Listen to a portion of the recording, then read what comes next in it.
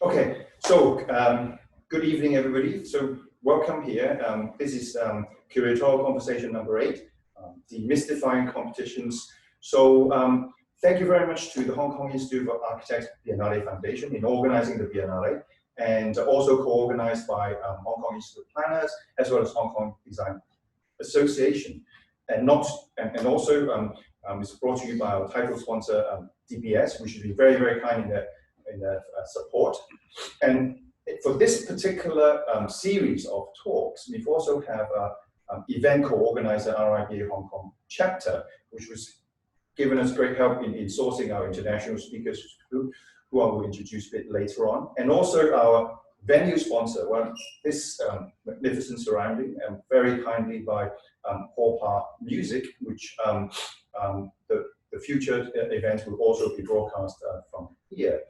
Now, the Hong Kong Biennale, obviously this is one of the Hong Kong Biennale events. The ones in our events in February and March, unfortunately, have been postponed. And this is the third one that we have rolled out. The previous two happened in May, were workshops. If you want to review them, they are available on our Facebook and so on. And now we have first of our series of talks, which is branded Curatorial Conversations. I will talk about those a little bit later on. Now, why we want to talk about competitions, I'll tell you a bit more later, but who are we going to, who's going to talk about it? Well, we've got two international guests, Mr. Malcolm Redding and Mr. Peter Oben. I will introduce them to you a bit with more information later on, just before they speak. But sitting next to me are two local panelists. To my left, it's Corinne Chan, Vice President of Hong Kong IA, Chair Lady of Hong Kong Architecture Centre. Obviously, she is a registered architect herself. She's the director of her own company, AOS Architecture. Corinne is really well known in Hong Kong with her work, both architecturally as well as through the Institute of Architects, as well as a lot of initiative there, no less in competitions and so on. So it would be great to hear her experience. To my right, it's Sunny Lau. Sunny Lau is a director of Smart City Research Industry Collaboration from MIT. I'm going to do the chat. So sorry, a bit of a mouthful for me. So thank you, Sunny, for helping me out. But more importantly, Sunny is a co-chair of the Young Membership Committee at Hong Kong IA. So as well as a chair of a Young Members Committee as well in Hong Kong Institute of Urban Design. So within here, we have experience as well as a youthful enthusiasm, really waiting to hear more about competitions. Now, we have, funny enough, actually, between the three of us, and also Malcolm and Peter, we are all sort of either RIBA, Hong Kong IA, and AIA. I believe you are all AIA, Hong Kong IA, and RIBA members. So we all kind of in it all together, and we have an international audience. So I think the good thing about this is that we've taken the opportunity, because although the events were cancelled, we've taken the opportunity not only to make use of the technology to use our events to connect people from different countries, different cultures, but also we made a point to make our conversations have a more sense of relevance. So, for example, this idea of competition never existed before until we started really kind of thinking about it, having the chance. We stopped for a couple of months and we regrouped, and the sense of relevance is very, very important. So now, why we talk about competitions? Well, funny enough, right at the beginning of the organization of the Biennale, we did think about organizing a competition to get together, to get people's idea, have a fictional project or a real project or whatever, and really try to generate people's interest in the Biennale. But unfortunately, for a number of reasons, it's always very rushed, the Biennale process, although it's 2 years, but you end up finding, but maybe there's a cure for that. You can hear it later from Peter or Malcolm. So it's always in our minds about competitions. But also, and I know from IA's perspective, it's always something the IA really want to push more of. It's never enough as a means of kind of identifying new talent, and I think young designers really kind of always look for those sort of opportunities and so on and so forth. And also, my recent experience is that we can do better. I think there are competitions that's happened. We can certainly do better. We know because we know we can do better, but we want to hear international experience as an exchange. You know, we can all learn from each other. Yes. You know, you know, the international speakers will tell us their experience, and we will tell them about our kind of local conditions. But more importantly, hopefully, you'll open up a dialogue so that there will be collaborations moving forward. Now, looking forward, as I said, more importantly, in the future, what we see is that as an industry, in a lot of these instances like this, where recovery economically is important, our industry is one of those where a lot of projects happen, infrastructure, so that to really kind of push the economy forward, the drive. So there are a lot of opportunities from the private and public sector. Now, what we'd like to do at the end of this is beginning to give clients, both in the private and public sector, more confidence, more faith in the competition process, so that there are more opportunities for the like of designers, planners, urban planners, designers, interiors, or whatever, to really have a platform to showcase their expertise. So that's the background of why we're doing what we're doing. Well, without further ado, can I just ask Corinne, what do you want to hear from today? Thank you, first of all, Roger, for making this platform, and we can discuss about design competitions, and I think it comes exactly at the right moment, because actually the Institute in this year, we have set up a special task force that is to support more design competitions in Hong Kong. Personally, for me, it's because in the past years, I've been working with a lot of young talents and young architects in Hong Kong. And I really feel that there is a need for them, to exhibit their talents and to be nurtured. And I see that design competition is a good tool, is a good means, but it has to be properly managed and also professionally conducted. And I see design competition as a good means. But at the same time, it's not only for young architects, but it's actually for revealing design excellence at different levels, even for mature, big firms, medium, and also young practices. And I really believe in design competition, but it has to be well managed. And that's why Hong Kong has, the guidance, the rules of competitions, so that it is conducted to ensure its integrity, its fairness, its transparency. And I think integrity is a very important foundation. And that's why I think Hong Kong IE, the Institute of Architects, has a commitment to our members, to our architects, and also to society. Because through design competitions, we can really discover great solutions, innovations, innovative and also creative ideas that can benefit, our society.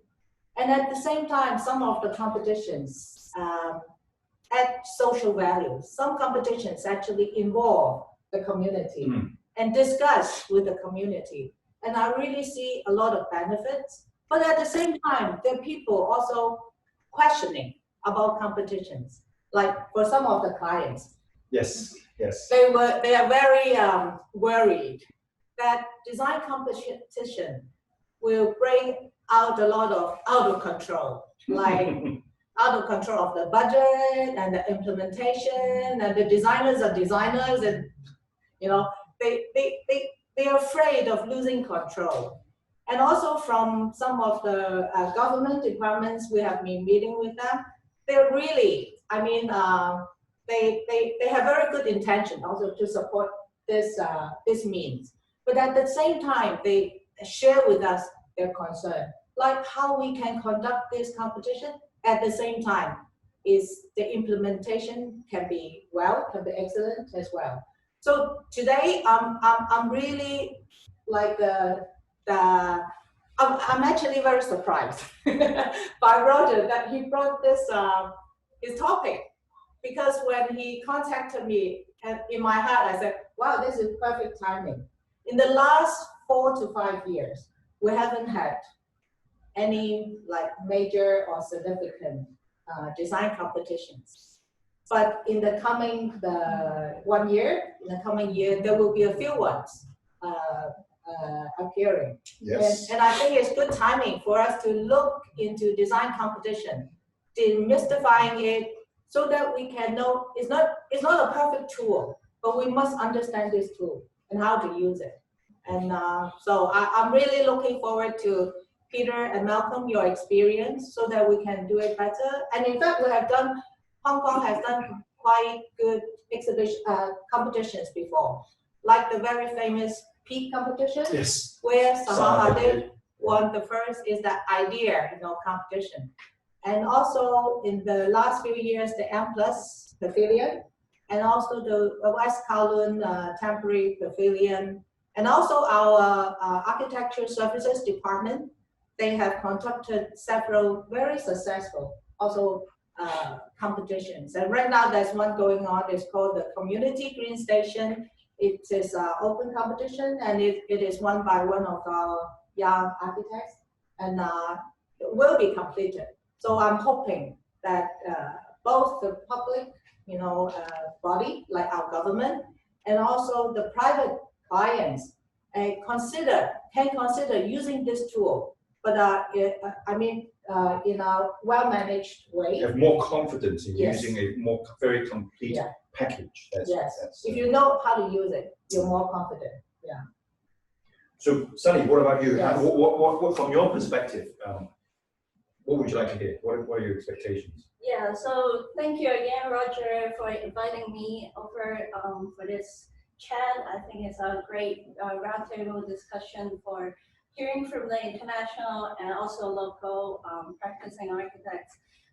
For me, I was educated, come back from overseas practice in Europe, and also participate in numbers of international competition. And when I came back to Hong Kong and start my career here, I think that there, as Karine mentioned, there is a low time for having all this competition that enable young architects or designers to participate. So it's a missing opportunity, I think, that and we should revisit how can we complete this kind of system in the local and regional aspect to ensure a fair and also grounded competition system for the local young talents to emerge.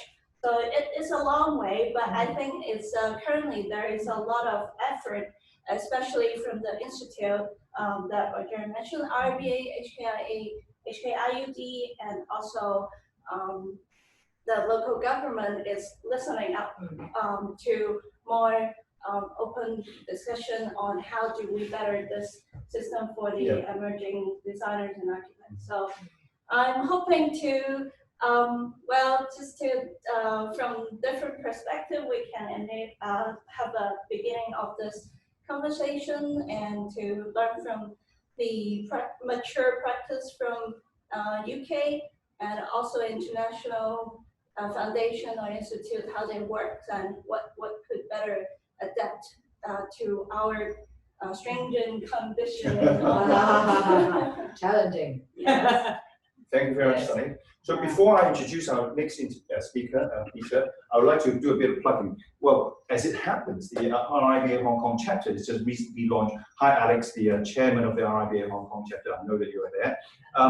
They just launched a competition for of all things, a door handle, a piece of ironmongery, and as a way to enter your premises as a way to kind of the threshold. So it could be a very poetic piece of work as well as a very practical piece of work. So that will be made, and the important thing is it will be made.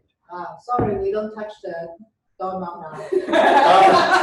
That's true. That is true. That is a very, very good way to think about it too. Yes, how yes. do you do without touching the doorknob?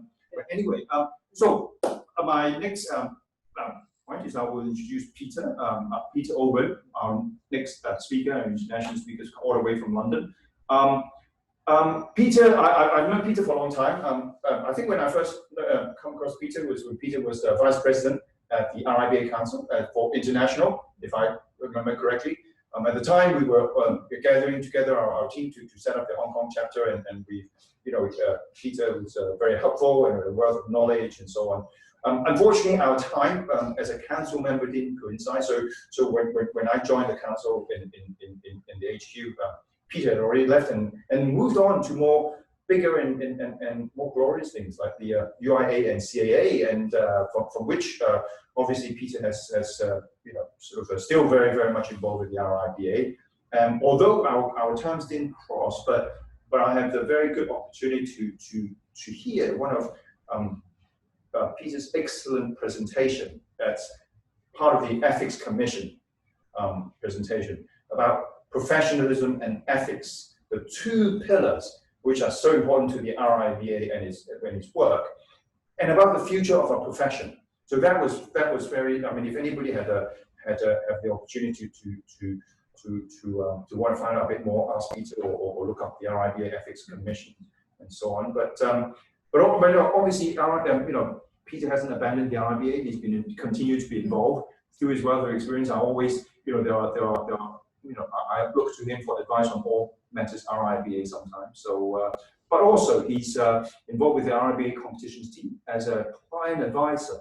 So that is a very important role, as I know, and I'm sure Peter will tell me a little bit more about it, tell us more about it. So without further ado, I'll hand over the mic and the screen to Peter, and off you go, Peter. Thank you very much. And good evening, Hong Kong. As it happens, in the run-up to this evening's event, Malcolm and I discovered only a few minutes ago that we actually live about 400 meters from one another. So it's extraordinary that this process has already unlocked knowledge that none of us had before. But I know that the one thing that Malcolm and I also share in common is a passion for competitions. And I hope that in our respective presentations this evening, we can share some of that enthusiasm with you and comfort you that the competition process is a positive experience for clients in the main. And I will, if I may, now share my screen. Hopefully now you will see my first slide.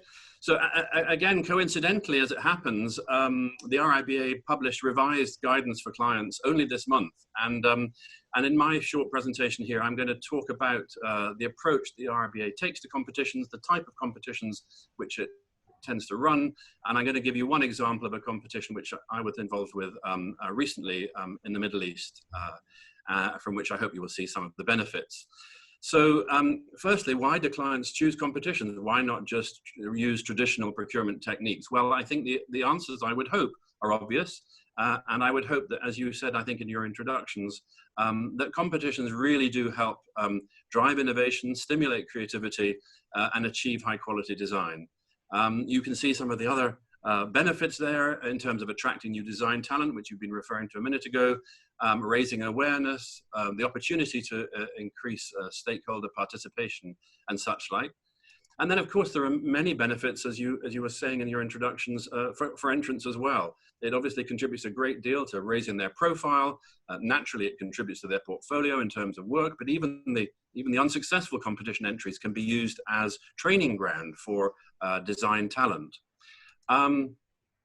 And what's the sort of guidance which we at the RIBA, and Malcolm I'm sure too, provides for their clients? Well, we help define the project, to define who they are, what they want to achieve, and more importantly, to develop a good brief. I think we often focus on design and the design process as an output, but actually all good design depends in the first instance on being able to articulate the client's requirements in a way that designers can understand. And I think that's one of the disciplines which the competition process brings, which is particularly valuable. We also provide guidance for entrants.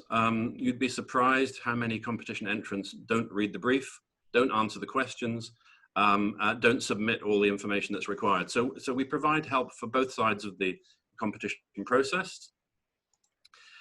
And why do people tend to come to the RIBA? Well, I would like to think partly it's because of its brand reputation. We provide the reliable, professional face-to competitions, which allows competitors and clients alike to know that the competition process will be run in a transparent and professional manner. And I have to say this, of course, speaking as an architectural advisor, it provides access to a pool of architectural advisors who will help clients articulate their briefs, as I mentioned earlier. There are three principal types of competitions run by the RIBA, which I'll just describe briefly in detail here. The open design and ideas competition is really an opportunity to cast the net as wide as possible when one's trawling for ideas for a problem which may not be very well defined. And it's really an opportunity for clients to really stimulate innovation and creative thinking. Here, for example, is the results of an open design competition for a mobile broadcasting studio for the British Broadcasting Company. And here, an open ideas competition for a new type of pylon, which was successfully run by the Department for Energy and Climate Change here in the UK some years ago. The invited design competition is probably the most commonly used competition and one with which most practitioners will be familiar. It's used where teams are required with relevant design experience and a proven track record of delivering similar projects. It tends to be a two-stage process, perhaps a shortlisting process to narrow down the field, and then a second phase in which design proposals will be invited. This is an example of one such project. It's a building won by Donald and Toomey, who went on to become RIBA Gold Medal winners at the London School of Economics. But this style of competition can be used for buildings of all scales, and perhaps one of the more better known here is the Velodrome, won by Hopkins Architects just before the London Olympics in 2012, and perhaps a lesser known example, the Antarctic Research Centre, won by Hugh Broughton Architects back in 2004.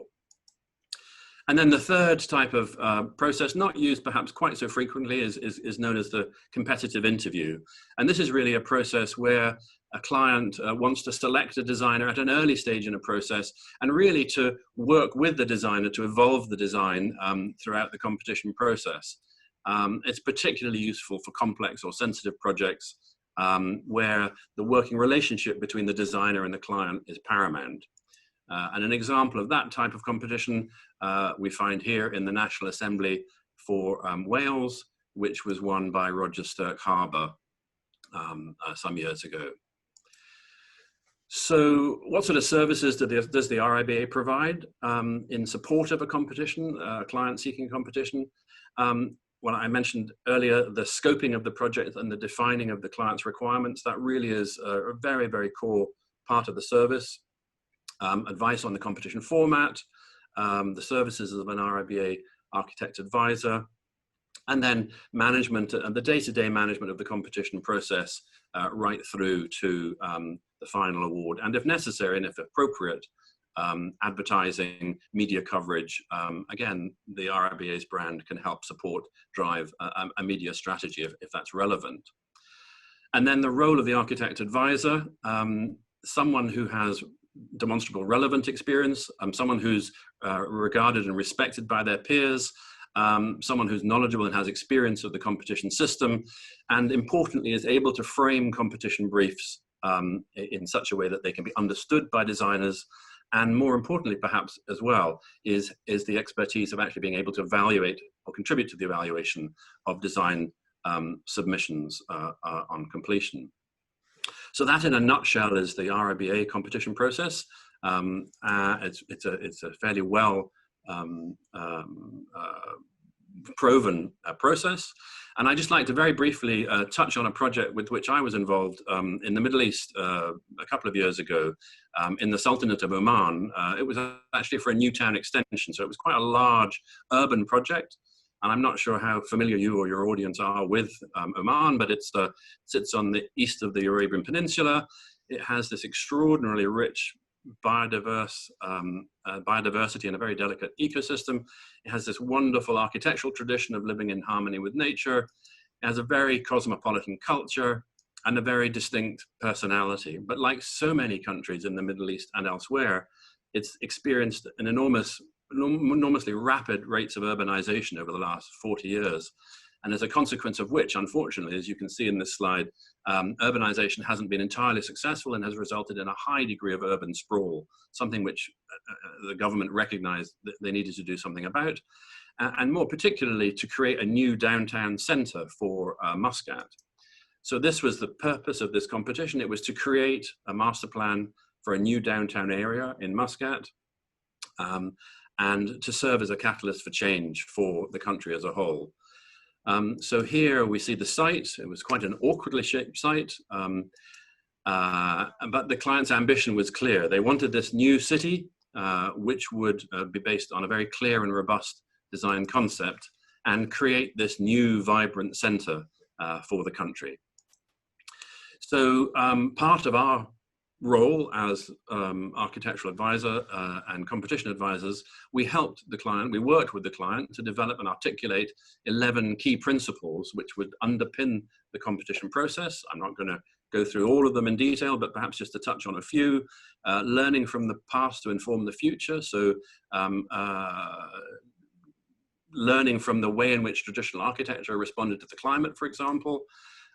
Celebrating the natural landscape. Unfortunately, in Oman up until then, many new sites had been constructed by bulldozing the mountain rather than working with the natural topography. Creating an integral, sustainable community, so moving away from this sprawling, fragmented model towards a more dense and sustainable model of urbanization. Creating active mixed-use spaces, so not having sort of monocultures of housing with no other uses around. Provision of an integrated transport system to move away from a car-dependent culture, and as a consequence, creating an environment for pedestrians. And then finally, as I said, providing this catalyst for change in Oman and potentially the wider Gulf region. So very, very briefly, here is the site. As I said, it's quite an awkward site with a rolling topography. And our first role was to use those principles to help inform the competition brief. So the competition brief being the first stage in the process, we then defined what the master plan requirements would be. So what was it that we were going to be asking competitors to focus on during the competition process? And what were we going to ask them to give us in terms of a response, in terms of deliverables? So we had to define the deliverables. And then, as a consequence of that process, define the evaluation criteria. How were we going to know what good looked like? So these were the different evaluation criteria that we developed. But of course, not all of them had an equal weighting, so we had to rank them. And then, by the end of this process, we then have the competition brief articulated in such a way that the designers can understand, which tie back to the client's requirements, and then enable us to judge what we're being given on submission. And one of the points I'd just like to stress here is that this whole process is transparent, it's objective, and it's auditable. So at every stage in the process, everybody knows what's expected of them, and everybody knows how to judge what it is they're being given. So here we see the competition jury for this particular project. The competition jury was assembled jointly with the client and the RIBA. It comprised a mixture of international experts with subject matter experts in relevant areas, be that transportation, sustainability, and such like. And of course, very important to have local representation to really get under the skin of the kind of cultural appropriateness of particularly on a project of this scale.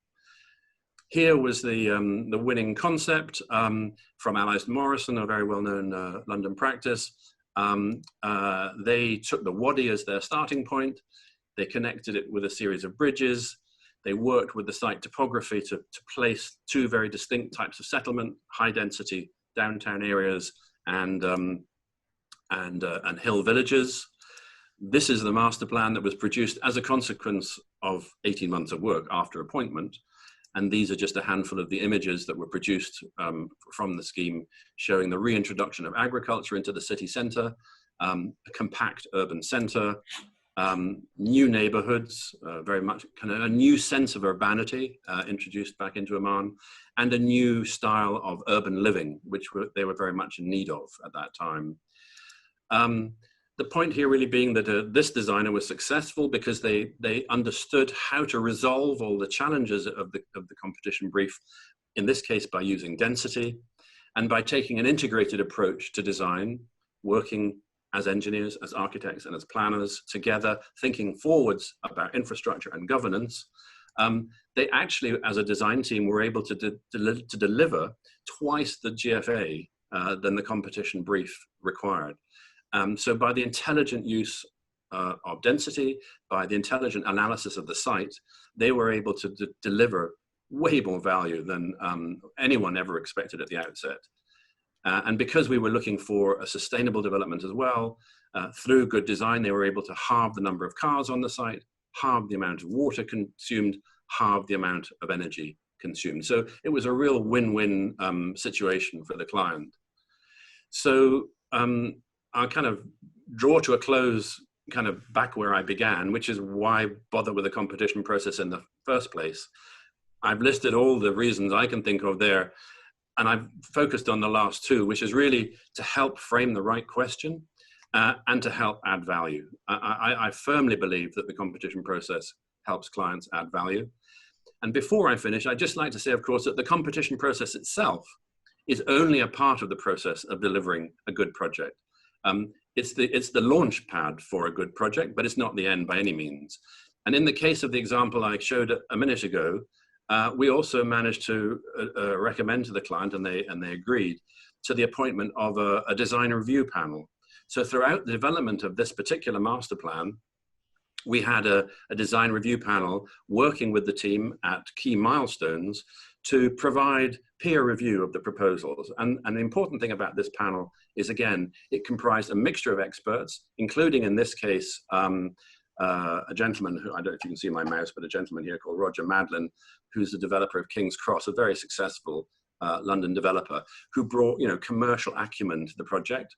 And I'm sure Allies & Morrison would agree that use of the design review process helped them deliver their absolute best as a result of this process. So the competition process and the design review process together, in London terms at least, have produced some very prominent successes. The Queen Elizabeth Park being one, the Olympic Park, which is now in the process of transformation into a new postal district of London. And of course, King's Cross, I mentioned Roger Madlin from Argent, at one time, one of Europe's largest regeneration projects. So I'll end where I began by reference to the RIBA competition guidance for clients. I hope that was useful, and I look forward to engaging in the dialogue later. Thank you. Thank you very much, Peter. That was very good. And I noticed that my ladies next to me have been making copious notes, which I'm sure they're dying to ask questions, and I'm sure a lot of the audience from home have questions to ask. But I'm going to sort of hold you for a minute. Let's hear also from Malcolm first, and then we will have a quick discussion, and then we'll open the floor for questions. So if you have a question you want to ask, I've got a screen in front of me with all the chat room. So the audience at home, if any questions, just pop them up, and I'll go through them at the end. So thank you very much, Peter, for that. And I think that was very comprehensive kind of overview of a process that goes from beginning, writing the brief, down to actually post-competition. Yes. How you hold the hands of client to kind of deliver the project. I mean, that for me is a great message. And the next great message, I'm sure for a lot of private clients who love to hear, was twice the GFA. I think that is a big selling point for a lot of private clients with that front. But anyway, so joking aside, my next guest, Malcolm. Now, again, Malcolm and I have known each other for quite a while. Again, back in the days when I was working in London, and I believe the first one was through a competition, which Malcolm had been organising for the British government, the Foreign and Commonwealth Office, for an embassy. I wouldn't say where it is because it's top secret. No, it's not. But anyway, it's built. But not because actually we won, but also is the way with which we won. Because being for an embassy, so in the competition brief, they only allowed us certain information because we hadn't had any clearance to know everything right then. So when we were selected, the client told us, well, you're the winning scheme, but your scheme doesn't work. Didn't work, but we like the way you think. That for me was very interesting because luckily we didn't just provide a preferred solution. We kind of, in our presentation, we present how we got there.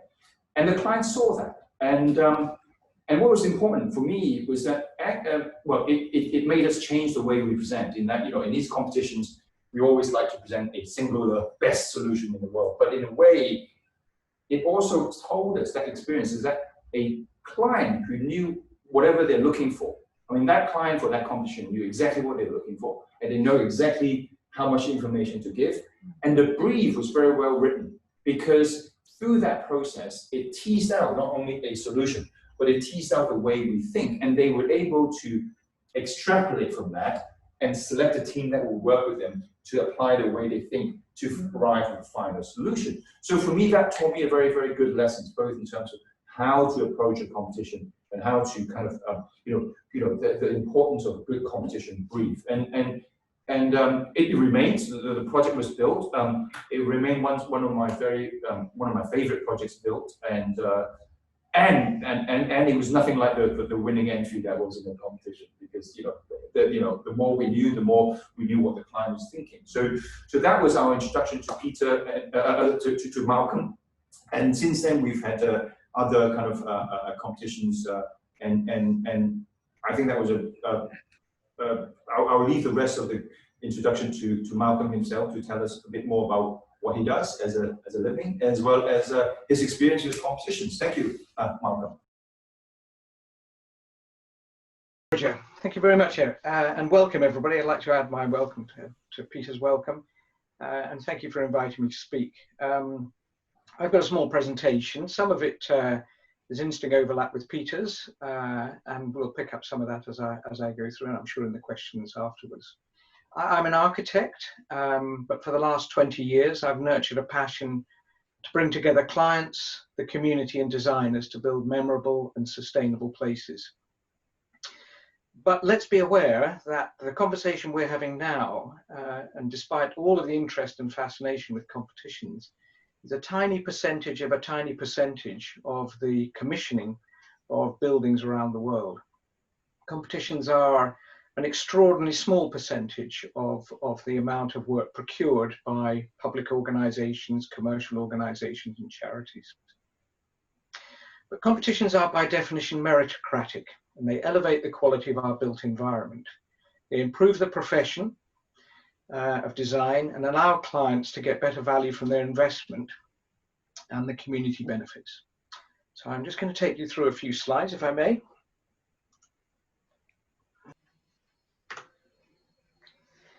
I'm going to answer three questions. I'm going to give you a little bit of a background of where we've come from as an organization and why it differs perhaps from Peter's background. And then I've asked three questions: when to hold a design competition, some of the common errors and how to avoid them, and to finish with something about embedding design excellence in a procurement process. So our experience, actually a number of people when they meet us, they say, wow, I didn't know you existed. To run a business making competitions around the world. But that is true. We've run over 120 competitions globally. It gives us access to an extraordinary amount of talent, from the very established architects to younger and emerging practices. And I've got some words to say about that as we get to the end of the presentation. And I'm very proud to say that that reflects about $8.5 billion of investment in competitions where our success rate is over 95%. So that's 95% of the projects, competitions we run, end up with buildings. And that's a good track record, I think, in terms of, it's probably reflected, Peter could say exactly the same, I think it shows really the depth of value that competitions bring. I finished with the fully digital processes. It's very interesting how we've all had to learn to work like this, but a lot of our work has been over the last 10 years digital. It's, I think the architectural community has moved to this, and increasingly the client community, about having these sorts of levels of engagement which no longer need a great deal of physical contact. And the fact that many professions, many companies around the world are actually in different countries. We have a competition running at the moment with an Australian practice as the lead, but their office in San Francisco in London is also working on it. And our credentials really are that we offer a senior team of architects, but principally clients. That we've been there, we've been on the side of the table that clients are in commissioning architects, but we also understand how designers work. We are independent, we have no links, no commercial links to any organizations. And it's a fully integrated service, very much as Peter outlined, all the way from imagining the project, developing the brief, through the competition and procurement processes. And it's a business created by us. We've created this, but the processes are validated by major national governments and many of the architectural institutions where we work. So when to hold a design competition? This on the left is an example of a project we finished in Washington for Gallaudet.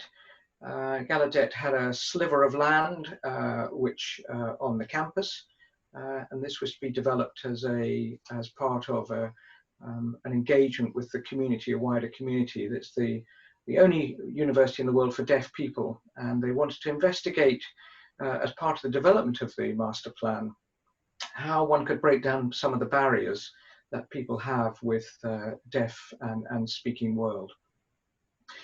But design competitions generally reconcile multiple stakeholders and interests. They bring people together, they unlock long-term potential of sites, and they balance commercial and public benefit. What does that mean? Well, it means really that what you want to try and achieve is better value from the expenditure being made in the commercial environment.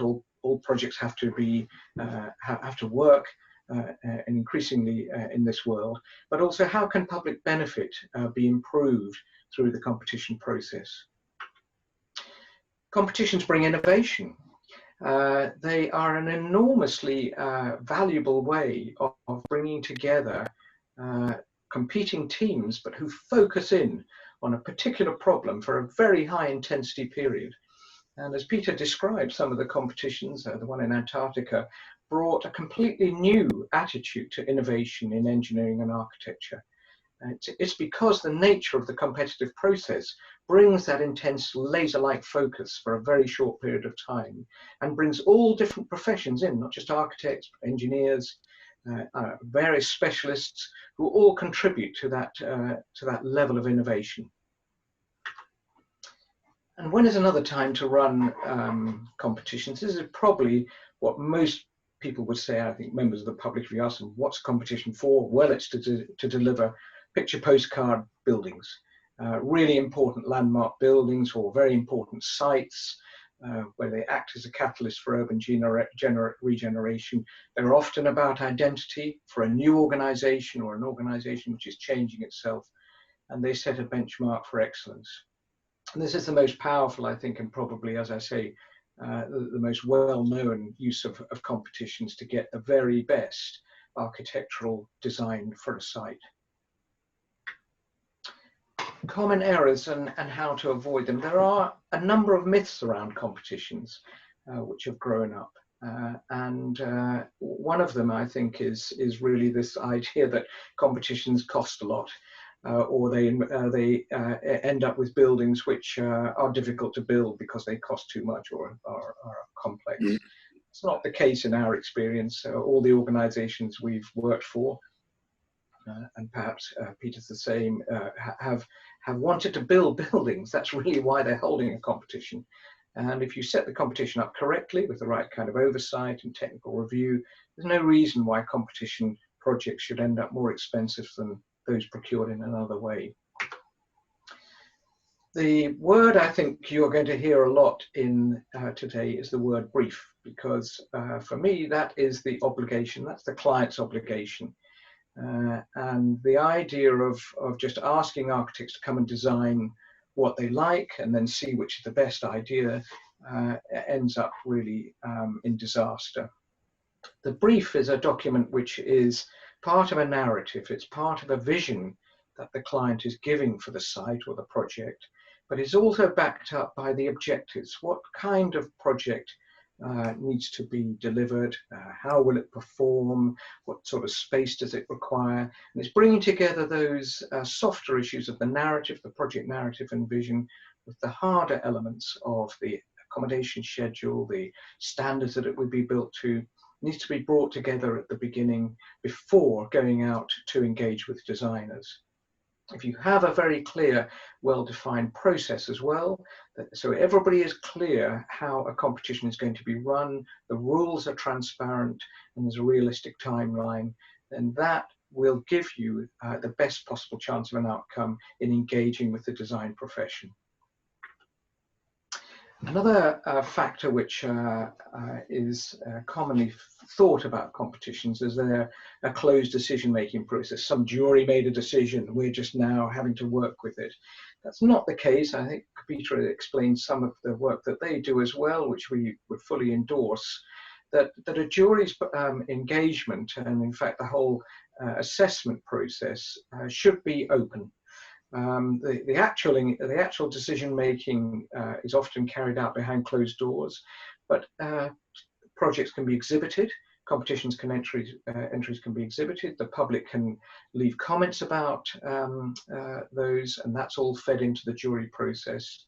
And publishing the criteria for assessment, making it clear how a competition is to be judged, raises confidence both in the profession but also for the community.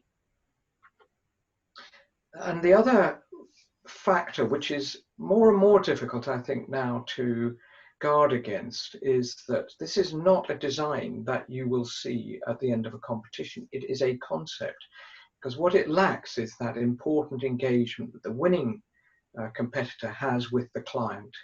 And that is where the real value of design comes. So the competition, the firms have become very adept at making extraordinary renders which appear to be lifelike and appear to show you exactly what you're going to get. But one needs to guard against that and try to get competitors, give them the challenge to explain the project, explain the narrative behind. How technically viable is this? What are the benefits? So that this is balanced, that the imagery is balanced very much by thematic understanding of how the project would be developed and designed. And then the idea of embracing design excellence, look to the future, not to the present. The imagery here is a project, a competition that we ran a couple of years back called the Illuminated River. This is the Thames, for those of you who recognize London. And it was to light all of the bridges in central London, about 15 or 16 bridges. It was a jointly entered competition, so an artist would work with an architect and design team. And the idea was a beautiful public art installation, which could all be lit and programmed to light in different ways. The key thing about it was paid for by the repair infrastructure that has to happen to every bridge lighting throughout life. So all that money was pooled together and a competition was created so that each individual bridge could be lit safely and visually, but at the same price that it cost to light them in an uncoordinated way. So set the brief with reference to wider urban objectives. Don't just look at the site, don't just look at the individual site, but what is the wider site? Thinking about designing for a much longer period of time than just 10 or 15 years or tomorrow. That these buildings and places are going to be with us for 50, 100 years. How will that develop and generate? This is all thinking that can go on through competitions and broadening an understanding. Integrated teams. I think it's when we were running competitions, say 10 years ago, it would be quite normal to just have architects entering the competitions. Now we have all of our competitions involve a wide variety of teams and collaborators. Firms are brought together, established firms will join up with younger firms and other collaborators in engineering and art and landscape to bring a wider understanding to the design process and wider contributions.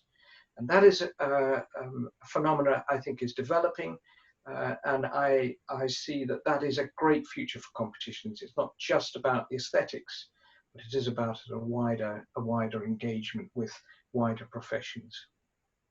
As Peter said, I think I would agree, if there's a way to retain the jury or the key advisors at stages through the design development when the winner's been appointed, it helps that memory of the competition, the memory of the jury, to be reflected as the design develops itself. Don't overlook younger and emerging firms. We have a particular interest in nurturing emerging firms and younger practices, and it's not necessarily they're younger. Sometimes you get a breakaway from a larger company and they create a new firm, got lots of energy and drive and enthusiasm, new talent. So we also create competitions with clients that are especially focused on the next generation's great designers.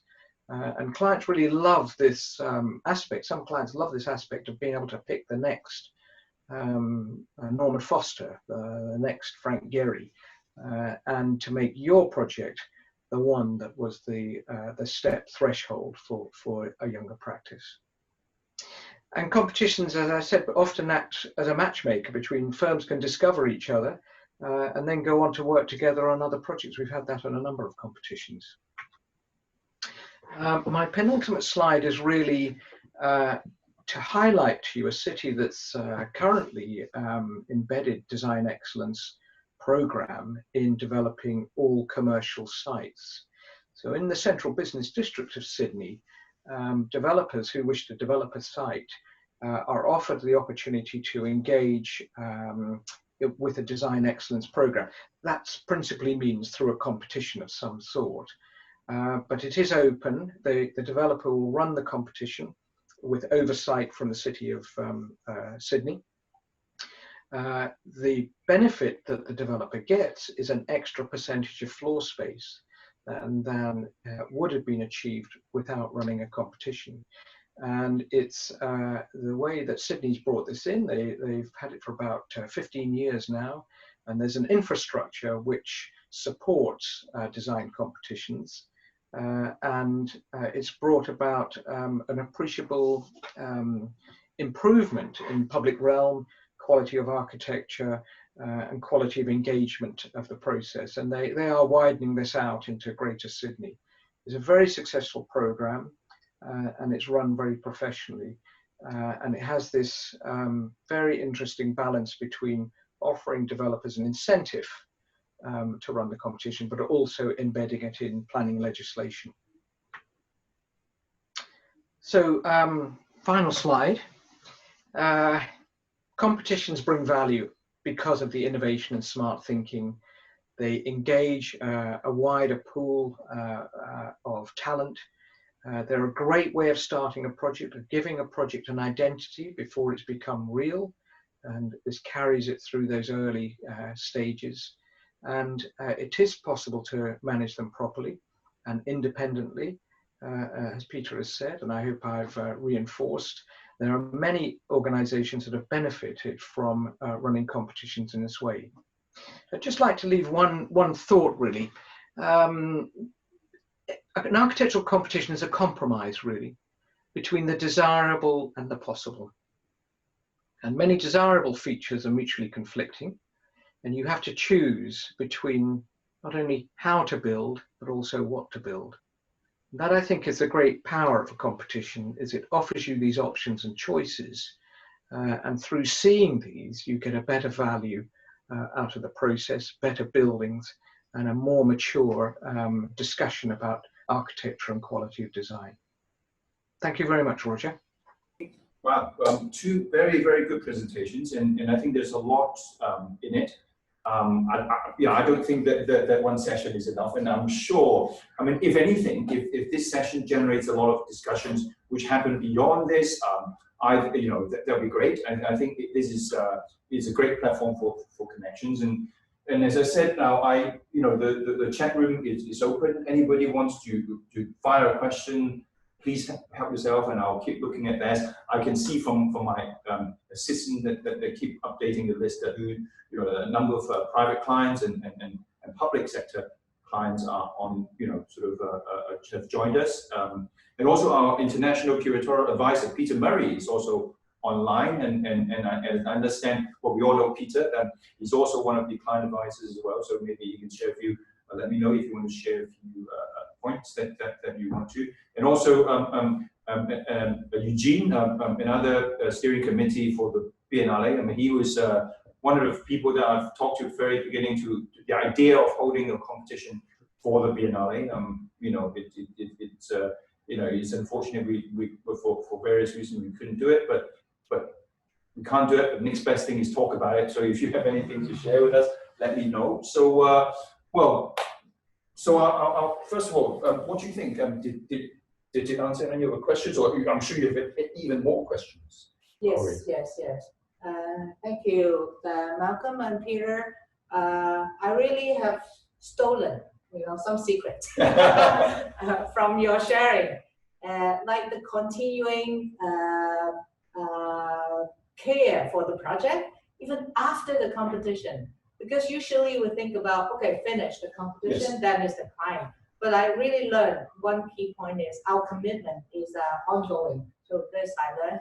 And also from Malcolm, the Sydney, case is quite revealing. Like you can give them incentive, the private clients, to hold competitions. But I have one question from the perspective of the architects, because competitions really don't give remunerations to a lot of architects who have given in a lot of effort and ideas, and so in a way it's quite exhausting also to architects. And so is that how it is managed to keep this balance, that for some bigger competition, it's not just getting in the ideas, but also in some competition they have stages, and some architects are the selected ones are being paid to do it. So this question is from the architects ourselves, the sustainability. We also especially for young firms, we really cannot always afford to enter so many competitions. So how do you see this from your experience of conducting competition, good for the clients and also good for the architects as well? So this question is about and second question is about the Shall I kick off? Yeah, I'll go ahead. I'll reserve my questions. Okay. Yeah. I think your thoughts first. I think there's two answers to your question, because we're very sensitive to this, and all of us are architects anyway, so we've seen all of this. It is important to offer remuneration in a competition. We always say that to clients. It doesn't equal the amount of effort and resources put in. We also know that, and we also explain that to clients. But it has a number of benefits for architects. And the advice that we give, particularly younger practices, is don't try to enter every competition, but do enter the ones that you feel capture your meet a sort of express an interest in what you're doing, either your own personal view or as the company. So be selective about the competitions that you enter. And our experiences, and there are plenty of examples of this, is that the exposure that you get from even just getting on the shortlist as a young practice carries you forward. People begin to notice. And we've actually had clients who have had a competition, very successful, the winners won, the building's built, come back to it and say, can you give us the name, contact name for those, that's the people who came third? Because they said something about it and suddenly they will get a direct commission. It does happen. And I think the larger practices, the great benefit for a competition for a larger practice is what an excellent way to test the skills of your A team against the peers around the world. And I think my experience is a lot of companies genuinely use competitions to put the team under a certain amount of kind of pressure, of real life pressure, to get a project out that wins against their peers. So I think there are multiple benefits, both in terms of learning, marketing, and PR, that come with entering competitions if you do it carefully, think about it, and pick the right ones. Peter. Yes, no, I just add, I mean, I completely endorse, obviously, what Malcolm has just said. I mean, RBA competitions always advocate for an honorarium to be paid to the competitors. But just to take a different perspective, I think it's also incumbent on the clients to make sure that their expectations of the competition in terms of deliverables are realistic. So not over asking of the competitors, but rather simply asking enough to ensure that you get from the competitors a sense of their creative capacity and their ideas in relation to the particular problem that you're setting. So I think it works both ways, and that there is a happy medium in which both competitors and clients win, whatever the result. Sunny, do you have a question to raise? Yeah, thank you, Peter and Malcolm. Yeah, I learned a lot of very interesting approaches that about designing a competition brief and types of competition that is available. Especially there's something they call a competitive interview for sensitive projects. I think it is very useful, especially for government projects. And I think there's some interesting point that I would like to pursue, like with, for example, both of you mentioned that design competition will bring in innovation and smart solution regarding smart city or new technology. But for example, for planning projects, it often engage a lot of years to make it happen. So how could we, or the government or stakeholders, plan for things that are unknown and with changing demands of the city itself? So how can you write the brief smartly that can bring in those not necessarily really policy written, for example, smart city or smart infrastructure? How can you engage this into early process of this brief generating process? So this is one of my questions. The second is bringing values to the communities. That placemaking projects is often the goal and major incentive for government to put in so much money into investing on this place. So how can we, when we engage in this competition brief writing, how can we, and or when do we bring in the community into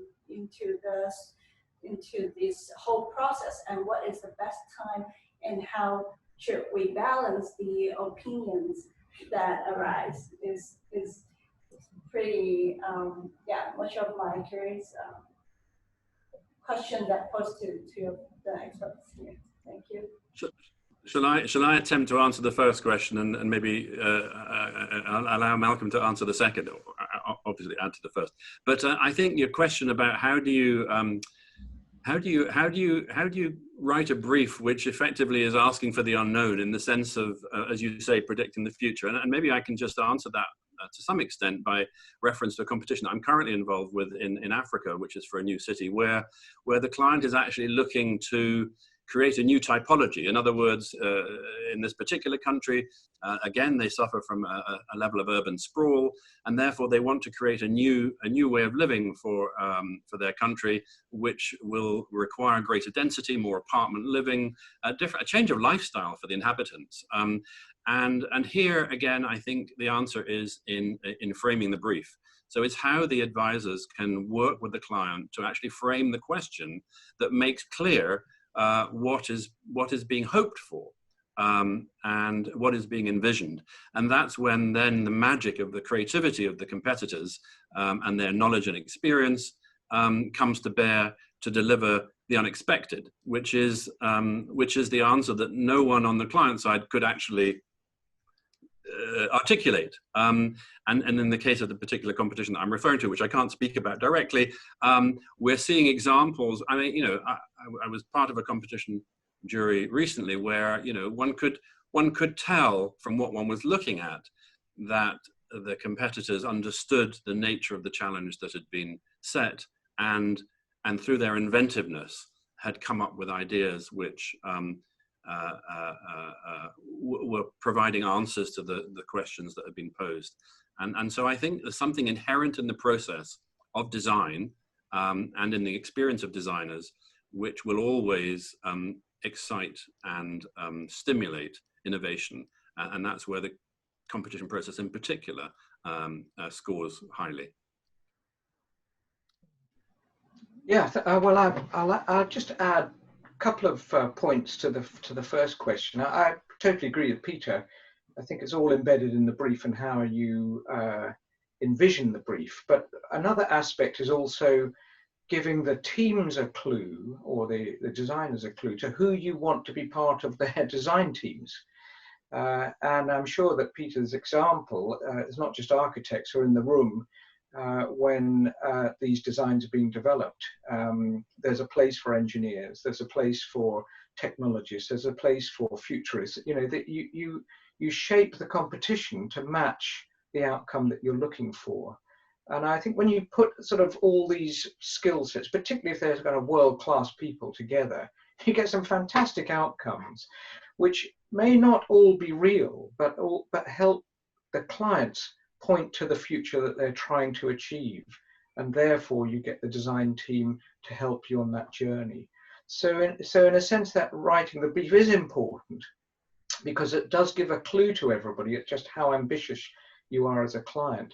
And I'd just like to refer back to, Peter showed the Halley 6 in Antarctica. I was privileged to be the RIBA architectural advisor on that all those years ago. And that was a lovely project because they'd never had an architect design a science base in Antarctica. They were all designed by engineers. And so much so that the Halley base, it's called Halley after Edmund Halley, but the Halley base that preceded the one that Hugh Broughton designed was built with very limited windows. So people just simply couldn't look out at the view.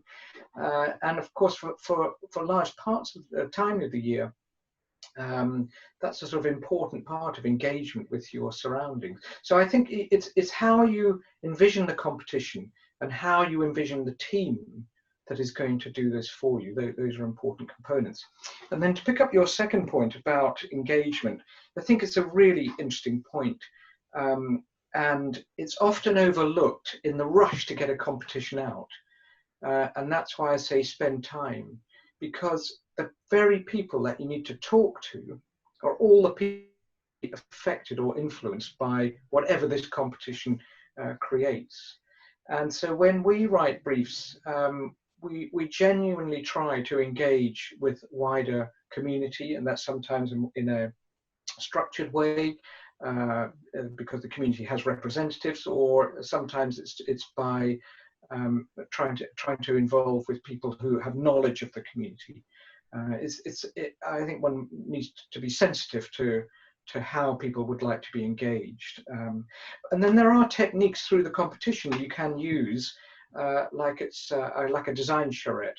So when you've got your shortlisted teams together, you have a kind of open weekend where the design teams and the community sort of engage. And so there are techniques that you can use through the competitive process to make sure that people are being consulted, and they will be looking forward to the outcome rather than being surprised by the outcome.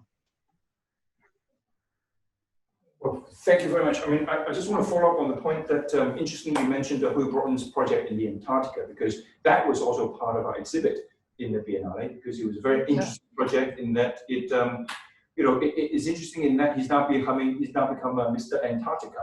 You know, having the British Antarctica Research Station, his fame. He's now built the New Zealand one, I think, or the Chinese one, and so on and so forth. So and also it touches on the sustainability issue. You know, it's the first station that monitored the ozone layer, or still continues to monitor, or the original one, the first one that discovered the ozone layer, and the fact that it's a mobile thing that moves every year and so on. So it touches on the Biennale theme very much. So that was why he was in it, and also to answer your fact that you know it brought other things. It became, you know, Antarctica project is not only thing that he does, but it kind of, you know, built a reputation on it, which is very, very interesting. And I think one thing also came very clear. You're right. The word brief we keep mentioning. I think it is very important. A well-written brief does a number of things, because I think, first of all, I think disagree if you may, but I think very often the client always think that they're the best person to write a brief because they think they know everything about what they know. But sometimes you need an outsider to kind of tease out the principles, not the nitty-gritties, but the kind of key things that what it really, really matters to them. And funny enough, I've seen process whereby it helped the client to refine their mission, their vision, you know, and it is amazing. Yes. You know, it's a two-way thing. And what's also interesting is that a well-written brief, the designer can see it, because they can see a well-written brief, like the point that was raised earlier, be selective. A well-written brief, when you read it, you will be very, very clear to see whether it's suitable for you. And also give them the confidence to say, no, this is not something for us, and therefore we'll give it a miss and look at for something that's much more to their taste, much more to their strength in point. And I think so the idea of the brief is just a piece of document that you can pull together from previous brief or similar projects. It's a recipe for disaster. And it really isn't driving the best out of it. And also sometimes seasoned competitors can see that a brief is written to tease out ideas and then go away and build it somewhere else, or you know, and it is very, very interesting kind of tool from that perspective. You had another question, Corey. I'm interested in the integrated teams that I think Peter has mentioned, that competition brings in the integrated teams and also as a matchmaker of firms. So I'm not quite sure, but it inspires me that some bigger competition, even the brief, you require also, you know, the collaboration with a younger practice, with a smaller practice. Is there such a possibility? Because usually for bigger projects, it's not possible, you know, for young architects to enter. But if in the brief, it's built in not only just, you know, the qualities for the quantitative manner, but visionary, like some other combinations that make the competition even moving ahead. Like, for example, you can build in, there is the requirement of working or having charrette with the community. And I mean, the brief sets the base, but you can also expand on it and also be creative with it.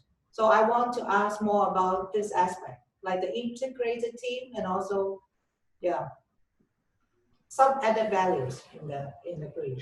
Shall I kick off? I think when you say the integrated team, I think it's a good point about, you know, marrying emerging practice with established practice. We actually have several competitions where that's been a requirement of the entering the competition. So in London, we had the Museum of London, and it was a requirement for, I mean, you have to be careful how you describe this, otherwise people begin to say, okay, well, I've got to find a younger practice to work with. But what we're looking for is a creative collaboration which brings together the best of new talent with established practices. And so in the competition, you're testing not only what they will create, but how they work together. And in the interview process, you can get a sense of, well, what's the creative engagement here? What am I, as a client, going to get out of this relationship? So it's possible to write it into the competition conditions that the sort of team you're looking for is a team which will bring together the best of the emerging with the best of established practices. And there are quite a few good examples. Another competition we ran was for the Cultural Quarter in the old Olympic site in East London here, which brings together V&A, Sadler's Wells, and a number of institutions, the Smithsonian. That was a competition which was, you know, very, very large and expensive construction value. So it had to have an established team, but the competition required those teams to bring younger practices who then became responsible for actually major significant parts of the development. So it's possible to do that simply by writing it into your conditions, but being clear what you're looking for. It's not just you're trying to get young and old to work together. What you're looking for is a creative collaboration. Could I add to that, Roger, too? Just to say that I mentioned in the open design competition that the competition itself is often the second stage of the process. So there may well have been a previous stage in which teams would have been pre-qualified. And at that point, that's another opportunity to kind of to specify the range of expertise required. But then also the competition itself is only a part of the wider procurement process. So the competition process will also, in most occasions, include a financial component. So there will be a fee for a scope of service to be delivered by the successful entrant. And therefore, from the beginning of the process to the end of the process, one would expect to see a team come together to deliver the services. And maybe just picking up on that too, and I'm sure Malcolm will have a view on this, but in terms of the evaluation criteria, I think the whole point of a design competition is to recognize the value of the design that's being proposed. And in terms of the evaluation process, normally this is a two-envelope system whereby the design proposal will be evaluated first and scored appropriately, and the financial bid will be evaluated second, only after the design proposal has been evaluated. So there's no cross-contamination between one and the other. And I'd also like to just go back to Malcolm's point about clients shouldn't expect to build the design, the competition result. The competition brief is not necessarily going to be the same as the project brief. And indeed, it may well be the case that the competition process itself, because of the things that we were talking about earlier, the innovation that is stimulated, result in a project brief which is slightly different and certainly more developed than the competition brief. Great. Now, at this point, carry on talking, because I've noticed that there are a few questions which I need to get I don't have a mouse, okay. So I'm going to get a mouse and try and. Yes. My question to Malcolm, you talked about the matchmaking. I'm not so sure, like for the mature firms, how do they select the creative and talented firms, you know, to match with them?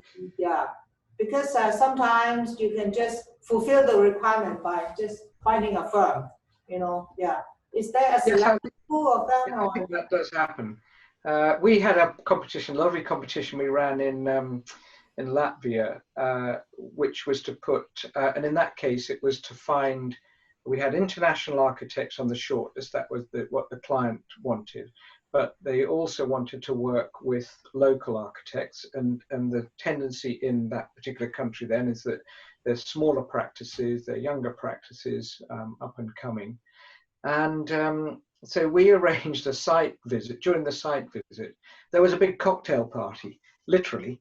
And the younger practices were all invited, and as were the shortlisted international teams. And they basically, you know, architects are really, they talk wherever they go, and they realized that in this discussion, and obviously there were things afterwards, they went to see each other's offices and things, but they formed relationships with people who culturally, aesthetically, and professionally matched themselves, and they were very, very successful partnerships. And as I say, they in one or two cases, they carried on after the competition.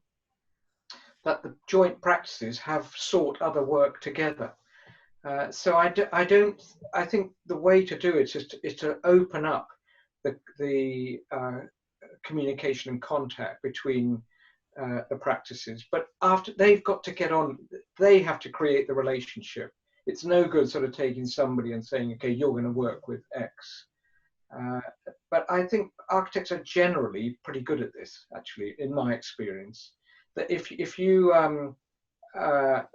we launched a competition in Australia recently, and an architect in the UK, a well-known architect, phoned me up, and I think it hadn't been announced in the UK. I can't remember the exact timing of it, but he said he'd had 60 phone calls from architects in Australia wanting to partner with him and his office to enter this competition.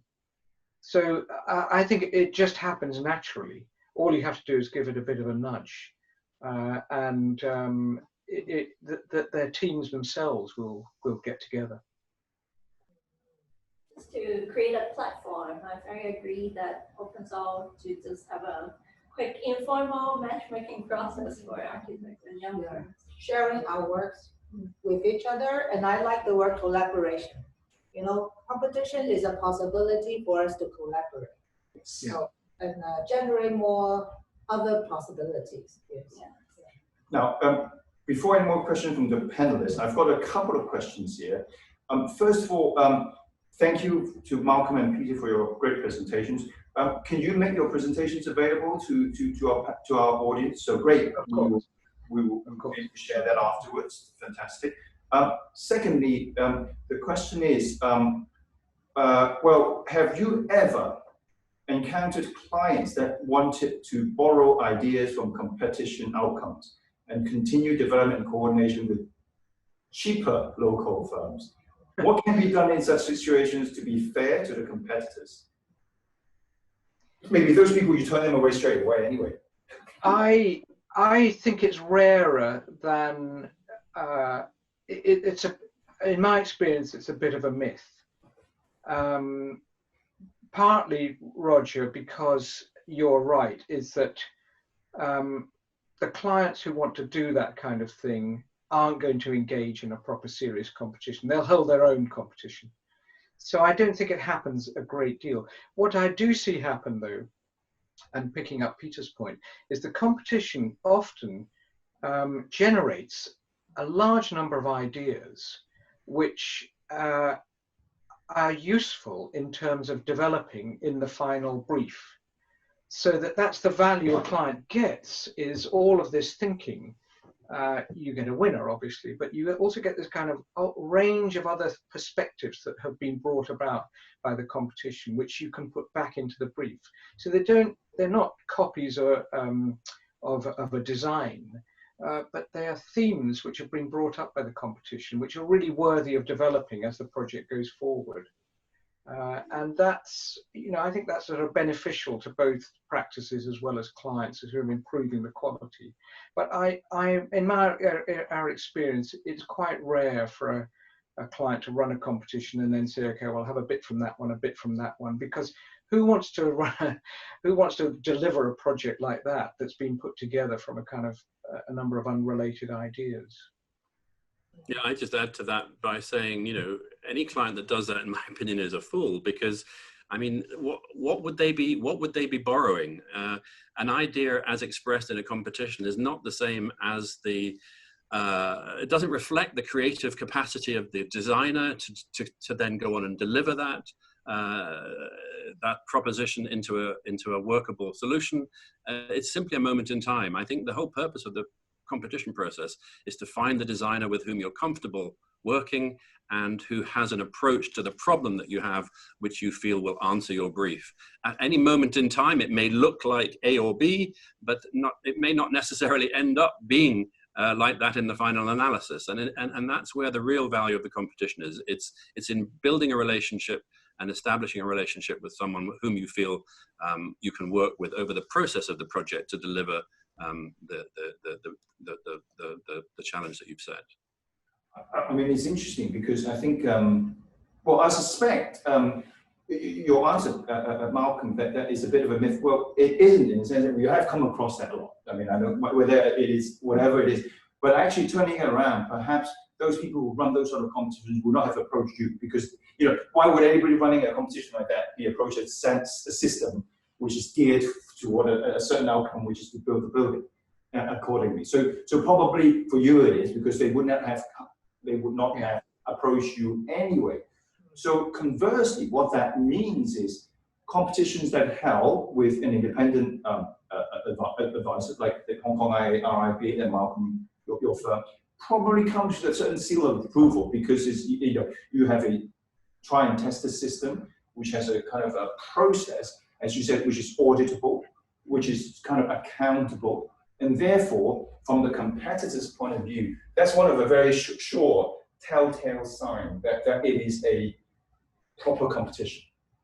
And I think I suspect what we're trying to do, I suppose going back to what I was saying earlier, is that sometimes, you know, it is very easy to think that you can actually, from a client's perspective, to write your own brief, but also to have a try and test the system seal of approval, also give it credential and assurance to competitors that they mean business and there is a team behind them to support them to mean that business. Yeah, for emerging architects, it's like kind of provide a safety net for failure. Not so much of a fail, but more of a safe ground for them to try. Yeah. Yes, To succeed for sure. I know one competition organized by the government, and they share with me their successful collaboration. It's a young architect, but actually this project is his, right? He's the winner. So actually he was engaged as the design advisor along the process. Okay. And then the team of the expertise, you know, from the contractor and also the government, all supported, you know, him. Because in this way, this is a collaboration. Once the winner is chosen, then it's a team. So they work together.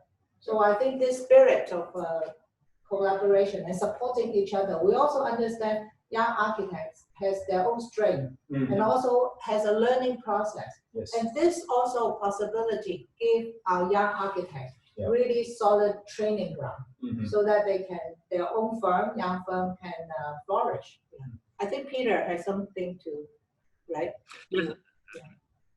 I was just going to add an observation that we're talking here very much from the client's perspective, but I think we mustn't forget also that that talented designers are also exercising their discretion as to which competitions they want to enter. And talented designers are awash with opportunity for competitions. And this, again, I think is where a well-structured competition process managed by a reputable competition manager has another benefit, in the sense that it will help attract that the best talent, because competitors can feel confident that the process itself is being managed in a professional manner, that the expectations are going to be reasonable, and that the general conditions of the competition are going to be fair. And so I think, you know, from a client's perspective, they must realize that, you know, good designers are in high demand, and that they are just as discerning about which competitions they enter. And that's an important characteristic too. Well, thank you very much, everybody. It's getting close to dinner time for us, and it's also getting close to lunchtime for you in London. And I think thank you for really informative presentation and a lot of materials in there. And I think, you know, we can carry on talking for a long time, but maybe another time. But also, any questions do fire through our platform. And also, you know, I think you know, to end on that point about there are a lot of opportunities here. I mean, you know, to name a few where design is coming into the equations, like, you know, the picture postcard, for example, site 3, you know, in Hong Kong. You know, you know, I mean, that's a huge opportunity for a really amazing international competition. You know, for example, the Wan Chai Towers, you know, the site in Lockup Road, Gloucester Road, and the government towers, which potentially there's another interesting site. And from a bottom-up perspective, the circular, the walk around the island, that's being promoted through Design Hong Kong. Those are amazing opportunities for to put Hong Kong on the map. And I think that for me, these are opportunities. So if the presentations are made available on site or through our website and so on, an edited version of this video will be shown on our Facebook and YouTube. By all means, share with people who you think should benefit from this and keep the dialogue going. To close, I want to say that this is a thank you for the team behind the screen that you won't see, Peony and Fiona, to make this one very smoothly. We were very nervous, and we the first time we've done this, and it's gone really, really well. And which means that we have confidence to roll out the next few curatorial conversations in July and August. Next one being on the 2nd of July, curatorial conversation number 9 on communicating and delivering sustainability. We've already lined up a couple of key speakers. One, interestingly, from Eliza Morrison, which is a very good key in. And curatorial conversation number 10 on the 9th of July is on mobility and sustainability. So we've got experts from both the UK as well as more places, Milan. They will be talking about mobility, not only in terms of the technology, but also in terms of what happened after post-COVID-19. So that was very interesting.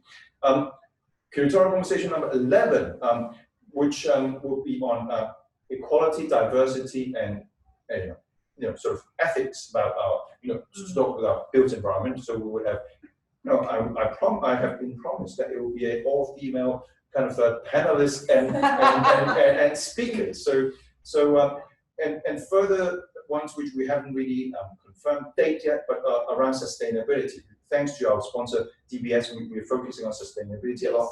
To the point that we're not just talking about it. One of the things that are very, very exciting for me is that we've actually commissioned for this PNI a sustainability report, an inward-looking thing, how sustainable we are. I've seen the draft report. It actually lists out all the exhibits, how sustainable, or it's interesting. I mean, it's by no means a stick and carrot thing, but it's interesting to look at, how they all score. The idea is not just to see how well or how bad we do. I know we haven't done very well because of various reasons.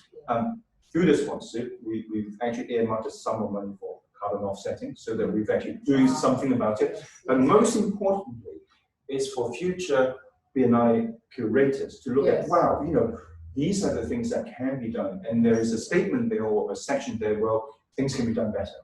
What happens if we're looking at a 2030 kind of sustainable or carbon neutral BNI? What does it look like, and how can we get there? And I know that Johnny, who helped us present, helped us put together this report. We will be engaging him to have another curatorial conversation session like this setting to talk about that. And I'm really looking forward to all of those. And there'll be one on food waste, and there'll be one on fashion. So these are this session is really giving me confidence to roll out more of this in the next coming months. So thank you very much for Peter, and thank you very much for Malcolm. And I will let you know if there is any feedback, follow up, and then we could continue on that conversation. And any final words from you two? I want to thank COVID-19. And also, of course, Roger, and this time the UAPB of creating this international platform. So our sharing, our collaboration is international. The world has no boundary. I really can feel it through these few months. And we need to work together as the world planet citizens. Sustainability, climate change, and global warming is not only it's affecting all of us. So I see this collaboration as a very important, our sharing of our experience and knowledge is very important to build a better world. So I really thank Roger for and even the continuous discussion that will, bring up more new possibilities. Yes. So I'm very grateful. Yeah, for sure. I'm also very grateful that given this opportunity, know about all this great experts and practicing architects that are bringing forth a lot of inclusivity to the younger generation and to address some major issues that we are facing as a whole. So I'm happy to hear more collaboration that arise from different stakeholders through all this boundaryless communication through online digitalized talks. Yeah. Final words from our two speakers who happen to live 400 yards away from each other. Look, it's been great. I've enjoyed it very much. Excellent dialogue and a great subject, obviously.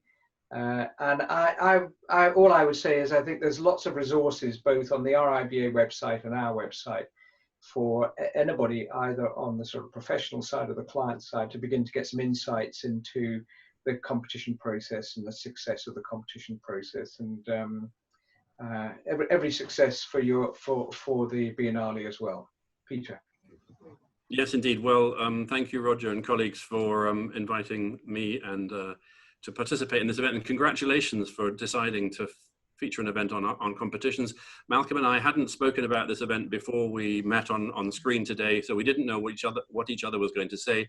I hope you feel that there's been a consistency in the message, which is that competitions add real value, and I'm sure that he and I remain at your service if any of your clients or listeners wish to avail themselves. But best of luck to you, and thank you once again.